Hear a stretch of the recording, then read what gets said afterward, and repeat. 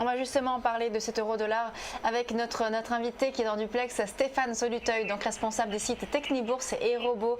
Bonjour Stéphane, vous êtes en duplex avec nous? Vous m'entendez? Bonjour à toutes et à tous. Oui. Bonjour Stéphane. Alors on va parler tout d'abord de l'euro-dollar, on en parlait justement à l'instant, on est sur les niveaux de 1,2233 aujourd'hui, on est sur une petite consolidation là depuis quelques séances et depuis plusieurs séances aussi sur un range un peu plus large, aux alentours, je ne sais pas si on peut revoir peut-être Je vais afficher le graphique que m'a envoyé Stéphane. Alors c'est vrai qu'on a une consolidation de l'euro-dollar depuis quelques séances, vous pensez qu'on peut avoir un petit excès baissier sur cette paire? Quelle est votre stratégie sur la paire? C'est vrai que le tableau global n'a pas vraiment changé depuis plusieurs mois. C'est une paire qui reste vraiment dans une tendance baissière de fond. On avait consolidé relativement latéralement quasiment depuis plus d'un mois entre 1,2250 et 1,26 quasiment, 1,2550 disons. Et puis là, on s'est affaibli de nouveau avec le discours de Janet Yellen la semaine dernière. Le fait de passer en dessous de 1,2250 n'est pas forcément très bon. Donc moi, pour ma part, je m'attends quand même à une baisse. Alors peut-être pas d'ici la fin de l'année, mais peut-être tout début 2015 en direction des 1,22, voire peut-être 1,20, qui restait pour moi un objectif cible de cette grande phase de baisse en place depuis plusieurs mois. Donc je pense qu'on va encore continuer à se déliter tranquillement sur la parité euro-dollar, en attendant un petit peu peut-être plus de précision ou pas sur un futur quantitative easing à l'européenne de la part de Mario Draghi en janvier. Donc je reste toujours baissier. Et puis malheureusement, les premiers signes, ou heureusement peut-être pour les entreprises européennes, les premiers signes d'amélioration de la parité ne seraient que bien plus loin. Il faudrait un débordement de 1,26 pour tordre un petit peu le cou à cette tendance baissière de fond. Donc on en est vraiment très éloigné.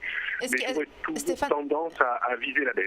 Est-ce qu'il n'y a pas aussi peut-être potentiellement, alors vous allez me dire si je me trompe évidemment, une divergence haussière, pardon. Là, si l'on voit votre graphique, on voit donc le cours de l'euro-dollar qui est sur une tendance baissière et l'indicateur, donc c'est le MACD en bas qui, sur la fin, remonte un petit peu. Est-ce que ça pourrait dire une remontée de l'euro-dollar? Oui, c'est juste. Bon, alors c'est un graphique sur une base de temps 4 heures, donc c'est pas une base de temps très longue. Donc c'est vrai que cette petite divergence haussière, vous avez raison, pourrait justifier une petite reprise vers un 22,50, voire un petit peu plus haut, vers un 23. Ça reste possible. Mais je pense que dans un scénario un tout petit peu plus dégagé, je pense qu'il faut s'attendre encore peut-être à un dernier jambage baissier autour des 1,20. Moi, c'est plutôt mon scénario, avant peut-être d'avoir une remontée un peu plus significative ou une correction technique de l'ensemble du mouvement de baisse, ou auquel cas on remonterait peut-être beaucoup plus haut, vers un 28, un 30. Mais pour ça, il faudra avoir un débordement de 1,26 et on est loin encore de ce niveau. Donc je pense qu'il est plus raisonnable encore de privilégier une poursuite du mouvement de baisse que de chercher à acheter un point bas ou tenter des achats en pensant que finalement le gros de la baisse est derrière nous, ce qui est peut-être juste, mais on peut encore traîner sur des niveaux bas pendant plusieurs semaines, voire un mois, voire 2 mois, 3 mois.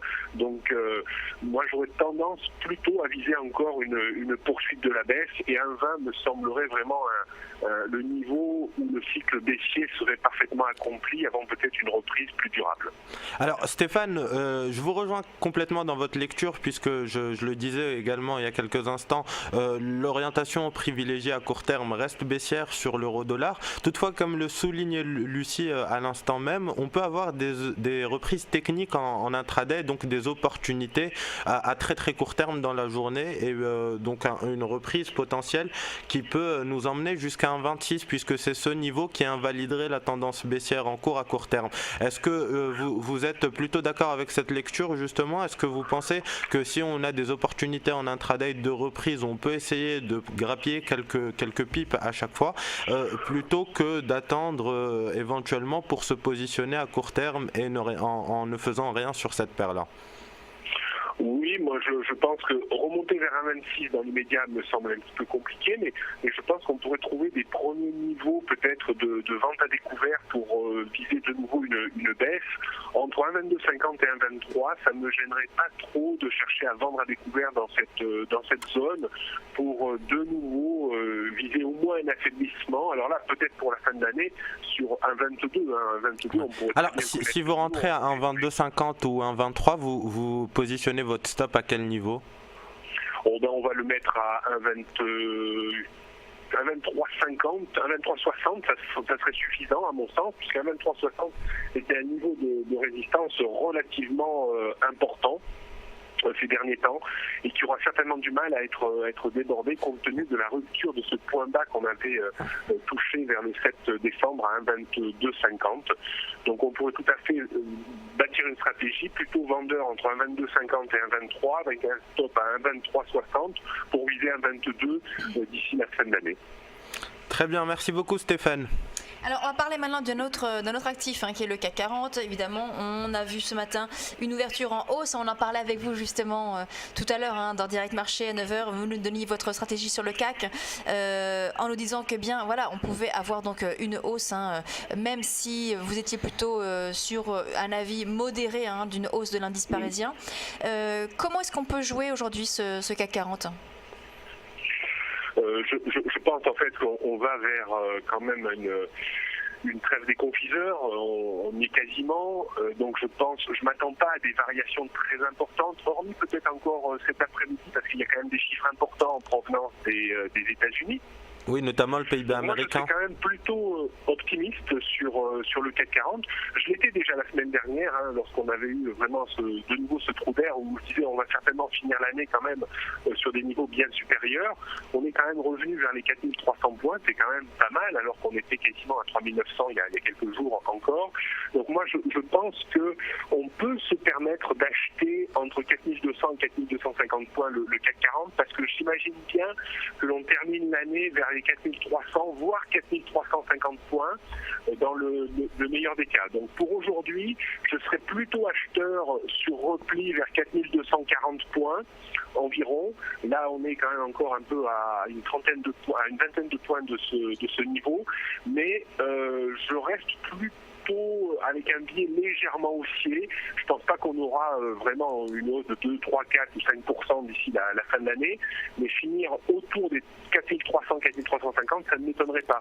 Et je pense pas qu'on puisse redescendre en dessous des 4200 points. Donc plutôt acheteur dans cette zone pour espérer une fin d'année 100 à 150 points plus haut. Alors on a aussi le S&P donc, qui a fait un record encore hier.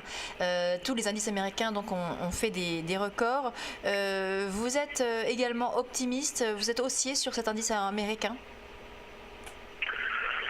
Oui, parce qu'on est remonté vraiment à une rapidité phénoménale. On dit toujours qu'on baisse plus vite qu'on ne remonte en général sur les marchés. Quand on regarde la séance de correction qu'on a eue sur le marché américain qui nous a fait baisser de 5% et la reprise qui a été bien plus forte que la baisse, là, pour le coup, ce vieil adage nous a fait mentir. Et donc, on sent les marchés américains très très forts et on sent également qu'ils ne veulent absolument pas faiblir d'ici la fin de l'année. Donc, on peut se projeter sur un SP500. À mon avis, on aura certainement une tentative de hausse vers les 2100 points sur le SP500. Je pense par contre que les marchés américains seront beaucoup plus sensibles et dangereux à partir du 10-15 janvier, parce que pour moi on est remonté quand même un petit peu trop rapidement, et puis quand on regarde sur un environnement plus dégagé, on est quand même dans une petite bulle spéculative, voire dans une grosse bulle spéculative qui à un moment ou un autre devra être dégonflée plus ou moins fortement. Mais d'ici la fin de l'année, moi je pense qu'il n'y a pas beaucoup de risques, et c'est pour ça que je reste également optimiste sur le CAC 40, parce que je pense qu'on bénéficiera certainement de l'effet de fun entre les deux réveillons sur les marchés américains, que je vois bien monter de 1 ou 2% d'ici la fin de l'année. Donc moi pour l'instant je ne suis pas du tout inquiet sur les marchés américains, un peu plus peut-être courant ou au premier trimestre 2015, mais bon, jusqu'à la fin de l'année je pense qu'ils vont rester à mon sens quasiment invulnérables. Donc je suis plutôt positif. Alors est-ce qu'il faut les acheter? Je pense qu'il y a plus à gagner en achetant un petit peu le CAC 40. Il y a plus d'effet de levier sur le CAC 40 qu'à acheter directement les marchés américains pour viser les quelques dizaines de points plus haut que les cours actuels. Alors justement Stéphane, on a remarqué une hausse fulgurante sur les indices américains. On a le fameux adage boursier qui est connu de tous, hein, qui dit que les arbres ne montent pas jusqu'au ciel et que la bourse est faite du même bois. Est-ce que justement oui. Vous pensez que cette hausse qui a été très virulente, hein, peut laisser place, hein, vous le disiez à l'instant, à une correction assez rapide en début 2015? Je pense que justement aujourd'hui sur les cours actuels, il est un peu trop tard pour pouvoir traiter sur ces indices-là et qu'il faut peut-être se tourner vers des indices européens sur lesquels on peut avoir une marge de progression qui est plus importante. Est-ce que vous partagez le même avis justement? Est-ce que vous pensez que vu qu'on n'a plus beaucoup de potentiel de progression sur ces indices, qu'on a des supports qui sont relativement éloignés, il vaut mieux regarder ce qui se passe du côté européen plutôt que du côté américain? Ah oui, je suis tout à fait de votre avis, hein, je le partage pleinement.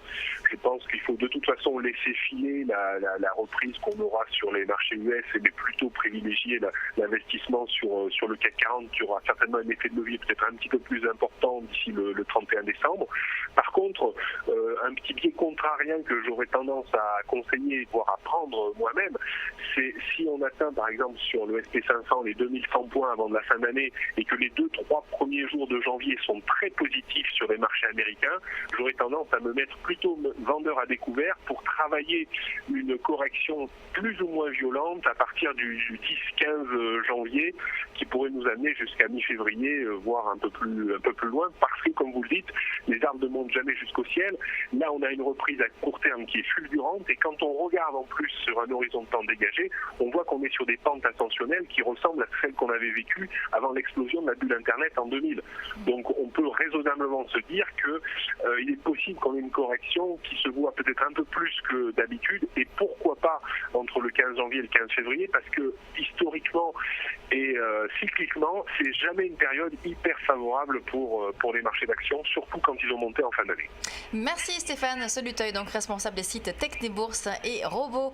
On vous souhaite une très bonne fin d'année, de bonnes fêtes et on vous retrouve à partir de janvier. Merci beaucoup. On va passer tout de suite, on va marquer une très courte pause et on se retrouve tout de suite pour la suite de Direct Investisseur et nous recevrons dans quelques instants Benoît Rousseau. À tout de suite.